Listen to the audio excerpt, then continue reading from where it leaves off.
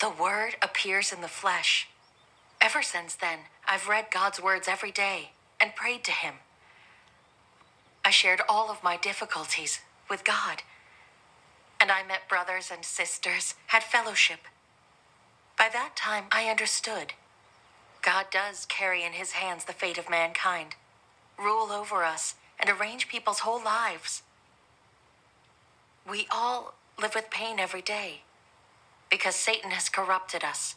Humans turned their back on God, and we lost His care and protection, falling under Satan's domain. Satan has fooled mankind. That's why our lives are tragedy. People live only for vanity, for fame and status. It's all Satan's affliction on mankind. Living like this, of course we're in pain. I finally see things clearly. Actually, God allows people to suffer so in order to show mankind how Satan corrupts and afflicts us. This is the only way we can hate and reject Satan, and instead come pray to God, seek to live based on His words, cast off the shackles of sin, and gain God's salvation. This is God's will.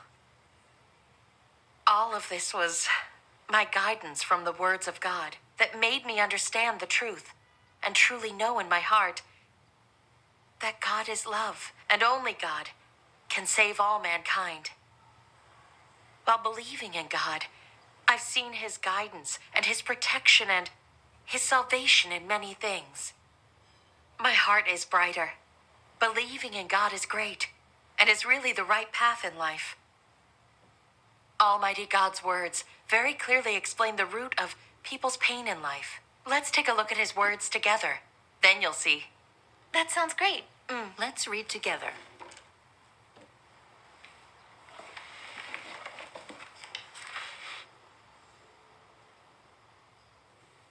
Almighty God says, Adam and Eve, created by God in the beginning, were holy people. Which is to say, whilst in the Garden of Eden, they were holy, untainted with filth. They were also faithful to Jehovah, and knew nothing of the betrayal of Jehovah. This is because they were without the disturbance of the influence of Satan, were without Satan's poison, and were the purest of all mankind. They lived in the Garden of Eden, undefiled by any filth, unpossessed by the flesh, and in reverence of Jehovah. Later, when they were tempted by Satan, they had the poison of the serpent and the desire to betray Jehovah, and they lived under the influence of Satan. His thoughts were filled with evil and filth, without good or holiness. Is this not Satan? Mankind has developed through tens of thousands of years of history to get to where they are today. However, the mankind of my original creation has long ago sunk into degeneracy. They have already ceased to be what I want, and thus humanity, as they appear in my eyes, no longer deserves the name of mankind. They are rather the scum of mankind that Satan has taken captive. The rotten walking corpses that Satan lives in, and in which it is clothed. People do not in the least believe in my existence, nor do they welcome my coming. Satan corrupts people through the education and influence of the national governments and the famous and great. Their lies and nonsense have become man's life and nature. Everyone for himself and the devil take the hindmost is a well-known satanic saying that has been instilled into everyone and become the human life. There are some other words of life philosophy that are also like this. Satan educates people through each nation's fine traditional culture and causes humanity to fall into and be engulfed in an expansive abyss of destruction. And in the end, people are destroyed by God because they serve Satan and resist God.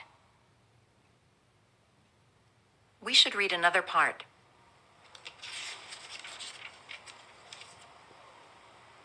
For many years, the thoughts that people have relied upon for their survival have been corroding their hearts, to the point that they have become treacherous, cowardly, and despicable. Not only do they lack willpower and resolve, But they have also become greedy, arrogant, and willful. They are utterly lacking any resolve that transcends the self. And even more, they don't have a bit of courage to shake off the strictures of these dark influences. People's thoughts and lives are rotten. Their perspectives on believing in God are still unbearably ugly. And even when people speak of their perspectives on belief in God, it is simply unbearable to hear. People are all cowardly, incompetent, despicable, as well as fragile. They do not feel disgust for the forces of darkness, and they do not feel love for the light and the truth. Instead, they do their utmost to expel them. From when man first had social sciences, the mind of man was occupied by science and knowledge. Then science and knowledge became tools for the ruling of mankind, and there was no longer sufficient room for man to worship God.